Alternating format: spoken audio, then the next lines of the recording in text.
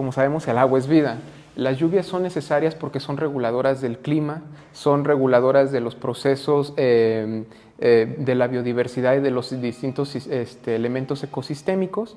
En ese sentido, son necesarias para que podamos subsistir, haya seguridad alimenticia, seguridad hídrica, entre otras bondades que tiene.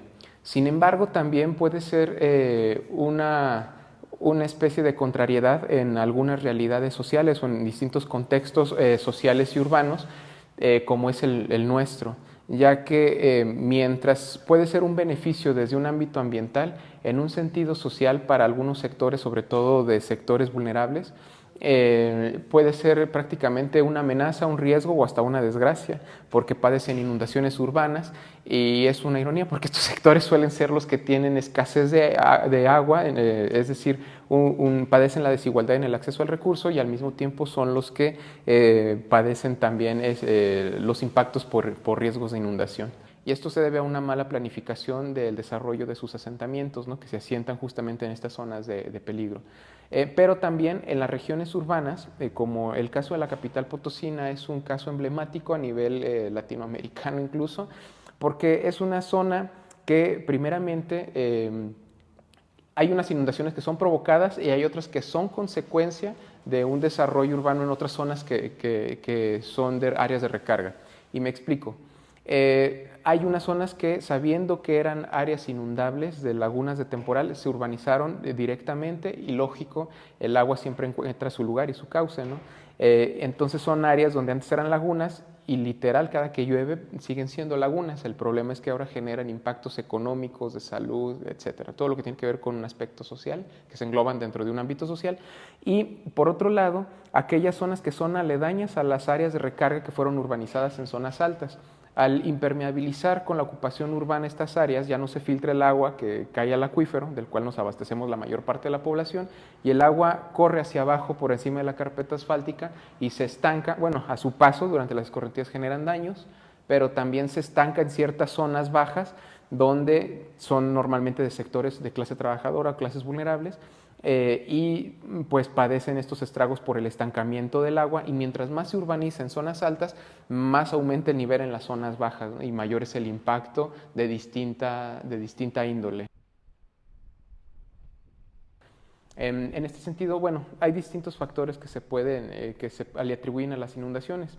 La principal, según la mayor parte de los estudios sociales, desde las ciencias del hábitat y demás, pues se debe a la urbanización de las áreas de recarga hídrica, y seguido por la falta de mantenimiento y modernización de las redes de agua y de drenaje, que colapsan muy fácilmente, y la obsolescencia que ya cuentan con ello.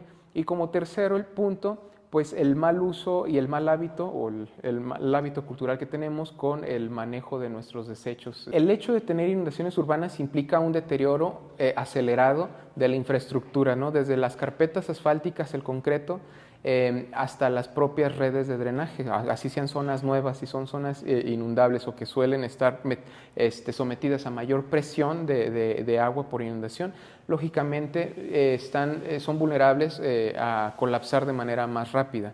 Es prácticamente toda la franja de los pies de monte, o de los pies de montaña, o de pie de cerro, de faldas de los cerros de la Sierra de San Miguelito.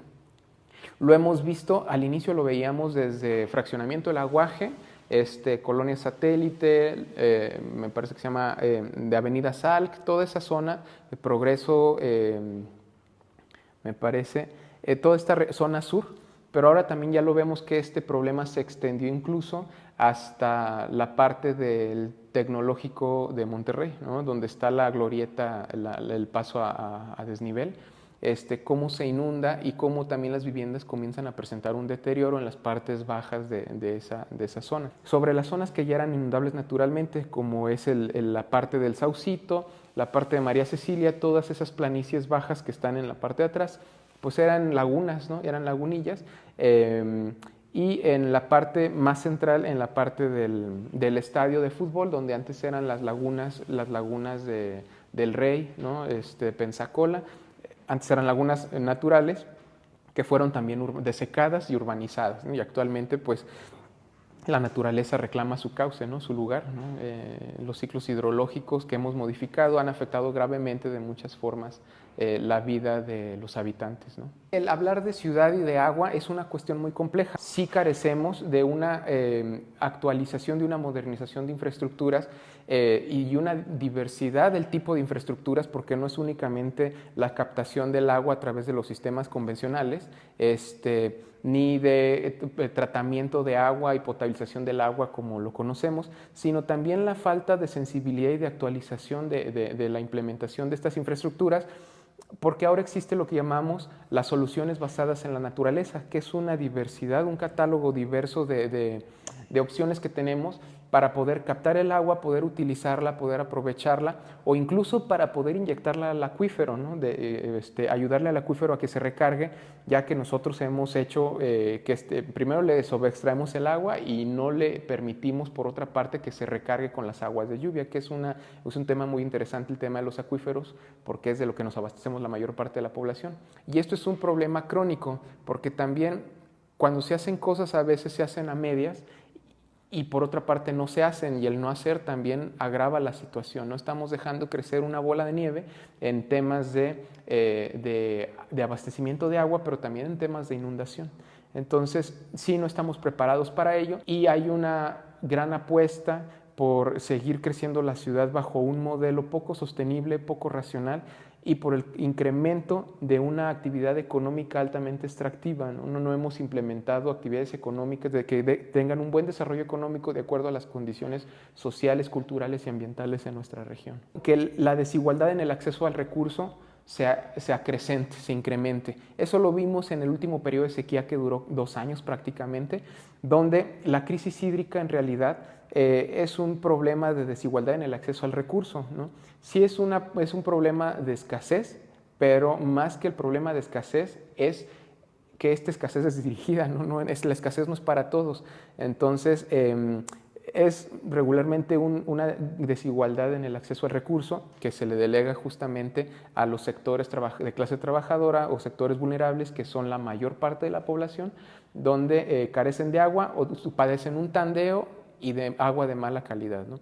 Entonces, es el aumento en estos dos sentidos, tanto de la escasez diferenciada como de las inundaciones y todos los impactos que ello conlleve, aunado al crecimiento insostenible de la ciudad, que pues ya es irreparable, ¿no? Ya no puedes deshacer una ciudad y volverla a crear. Primero, que las autoridades logren comprender o quieran comprender, porque yo creo que es asunto de que no lo quieren comprender, lo saben perfectamente, de que cambien, que la lógica del crecimiento de la ciudad no debe ser bajo una lógica de mercado, sino bajo una lógica de justicia ambiental y de sostenibilidad metropolitana, donde el mercado no sea lo que dirija el crecimiento de la ciudad, sino que sea resultado del crecimiento sostenible de la ciudad. Esa es la primera.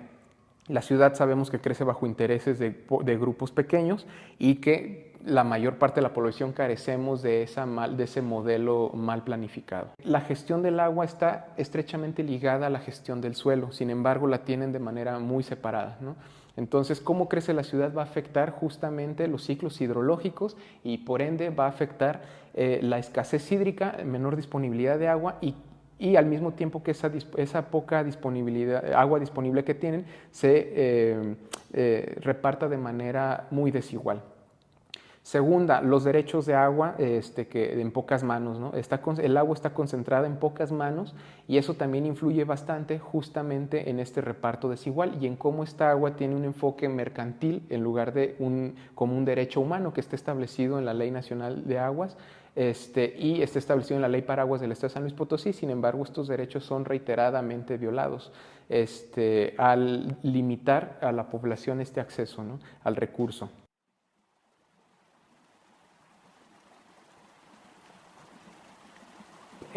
Alrededor del 80-85% de la población de la zona metropolitana, hablando de la capital, se abastece del acuífero, del agua subterránea. Solamente el restante 15-20% se abastece de las 4 presas, 3 porque el rielito sabemos que no funciona la mayor parte del tiempo. En este sentido, esta variación de porcentaje pues tiene que ver con la disponibilidad de agua en las presas, ¿verdad? Por si hay sequías, si están bajas de nivel, entonces se recurre mayormente a la del acuífero, etcétera. Pero en general es el promedio de los porcentajes de las fuentes de abastecimiento. Existe un mercado irregular del agua, ¿no? Existen alrededor de entre 300 y 350 pozos ilegales, no regulados, de los cuales se abastecen pipas que van a distribuir el agua a la población, y es agua que no tiene una regulación de calidad, ni de cantidad, ni de la fuente de abastecimiento, de dónde esté ese pozo. Entonces, esto tiene una afectación directamente, ¿no? Puede estar relacionado incluso con problemas de cáncer en la población, ya que estos sí tienen coliformes fecales, ¿no? De la población, metales pesados, entre otros elementos muy nocivos para la población, y que se están abasteciendo con estas pipas de manera ilegal en un mercado ilegal del agua, ¿no? Lo que conocemos como el huachicoleo del agua, y que también no se ha querido regular, y que en parte el Consejo Hídrico está trabajando en una iniciativa para justamente regular este mercado, donde sepamos qué cantidad se extraen, de dónde se extraen, qué calidad es el agua que se abastece, ¿no? Los costos, porque también muchas veces se especula mucho con los costos. Pareciera que mientras a los sectores que no se les reparte el agua y que tienen que pagar por un servicio que no tienen, con el que no cuentan, al mismo tiempo tienen que comprar a través de pipas de agua que no saben de dónde vienen ni con qué calidad, ¿no? Están consumiéndola. Hay que entender que lo que se vive en San Luis es simplemente una réplica o un ejemplo de lo que se está viviendo a nivel global, ¿no? A lo que llamamos el cambio climático, que está siendo provocado mayormente pues, por nosotros como seres humanos. Hemos acelerado estos procesos que naturalmente se daban durante milenios y ahora se dan de un año para el otro. Entonces, las sequías son consecuencia de ello, primero. Y han hecho más impredecible, pues sí, los climas, pero con ello también las temporadas de lluvia ya no son tan predecibles como antes. Entonces, cuando antes llovía un poco de manera esparcida, ahora no llueve en mucho tiempo y de repente en una sola hora puede llover lo que no te llovió en 4 meses, ¿no? Esto hace más complejas las cosas y hace justamente valorar la importancia de las lluvias y del agua, tanto por las administraciones como por la ciudadanía, como por los sectores de alta extracción hídrica. Me refiero, por ejemplo, a los sectores industriales de alta extracción. En este sentido, creo que hay varias esferas que deben de tomar su propia responsabilidad y conciencia acerca del manejo, utilización y reutilización del recurso, donde ya no debe de haber desalojo de agua, sino una reutilización y tratamiento de esa agua, y esto evitar que sigamos extrayendo agua en la misma cantidad. Entonces, la lluvia justamente la lluvia y la sequía nos vienen a recordar justamente eso, ¿no? Que estamos padeciendo justamente las acciones equívocas como seres humanos en el ámbito administrativo, en el ámbito ciudadano y en el ámbito productivo.